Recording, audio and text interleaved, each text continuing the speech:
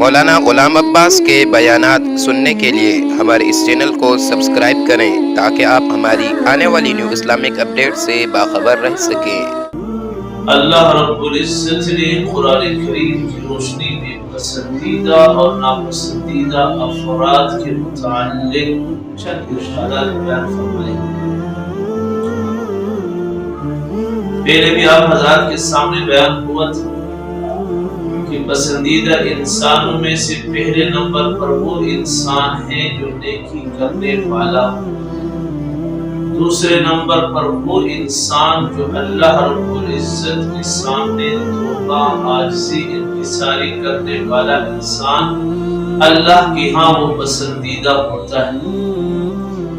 آج اسی میں سے ایک واقعہ آپ حضرات کے سامنے عرض کروں کہ اللہ رب العزت 40 سال تک اللہ کی نافرمانی کرنے والے کو اللہ نے معاف کر دیا،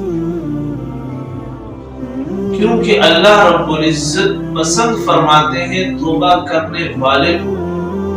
ایک آدمی 40 سال تک اللہ کی نافرمانی کرتا رہا، 40 سال کے بعد بھی اس نے توبہ کی، اللہ رب العزت نے پھر معاف کر دیا۔ حضرت موسیٰ علیہ السلام کے زمانے میں قحط پڑ گیا، لوگ حرام کھانے پر مجبور ہو گئے،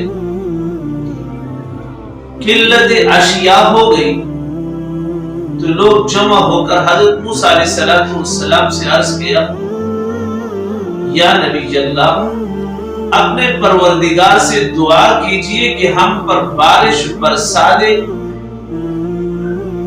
آپ ان کے ہمراہ جنگل کو چلے گئے نماز استسقاء کے لیے۔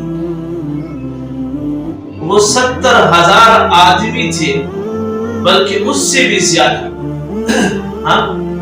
اور دعا فرمائی حضرت موسیٰ علیہ السلام نے، یا الہی ہم پہ بارش نازل فرما، ہم پر اپنی رحمت بھیج دے۔ کیوں؟ دودھ پینے والے بچوں، چرنے والے جانوروں، نمازوں، بوڑھوں کے طفیل ہم پر رحم فرما دے۔ مگر آسمان سے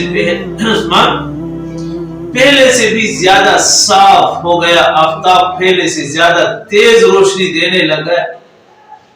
تو حضرت موسیٰ علیہ السلام اس وقت عرض کی، الہی اگر میری وجاہت، مرتبہ، مقام آپ کے سامنے گھٹ گیا ہے، کم ہو گیا ہے، تو حضرت نبی امی محمد صلی اللہ علیہ وسلم کے وسیلے سے التجا کرتا ہوں کہ جنہیں آخری زمانے میں آپ مبعوث فرمائیں گے، ان کے طفیل ہم پہ باران رحمت نازل فرمائیں۔ وہی آئی، اے موسیٰ،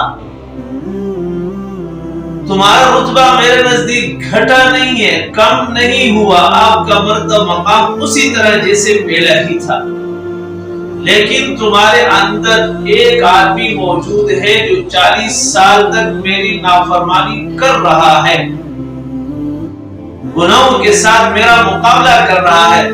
تم لوگوں میں منادی آواز کر دو کہ وہ شخص تم سے نکل جائے، تو پھر میں تم پر باران رحمت نازل کر دوں گا۔ موسیٰ علیہ السلام نے فرمایا، اے میرے رب، 70,000 آدمی ہیں، ان تک میری آواز کس طرح پہنچے گی؟ اللہ نے فرمایا، موسیٰ، آواز لگانا آپ کا کام، پہنچانا میرا کام۔ اب اندازہ لگائیں، 70,000 آدمیوں میں سے ایک آدمی اللہ کی نافرمانی کرنے والا، اس کی وجہ سے باران رحمت نازل نہیں ہو رہی۔ دل میں عزیز دوستو، آج اگر دیکھا جائے، ہم میں سے 70,000 کیا 10 میں سے بھی 2 صحیح ہوتے، 8 کیا ہوتے؟ نافرمان۔ تو پھر ہم کہتے ہیں اللہ ہم پہ رحم فرما۔ کس طریقے سے رحم فرمائے؟ دن رات اللہ کی نافرمانی کرتے ہیں، تو آپ اندازہ لگائیں، موسیٰ علیہ السلام نے اعلان فرمایا، اللہ نے ہر تک وہ بات پہنچا دی۔ جب موسیٰ فرمانے لگے کہ ہمارے اندر ایک آدمی ہے 40 سال سے اللہ کی نافرمانی کر رہا ہے، اب وہ بندہ کھڑا ہو گیا مجمع کے اندر،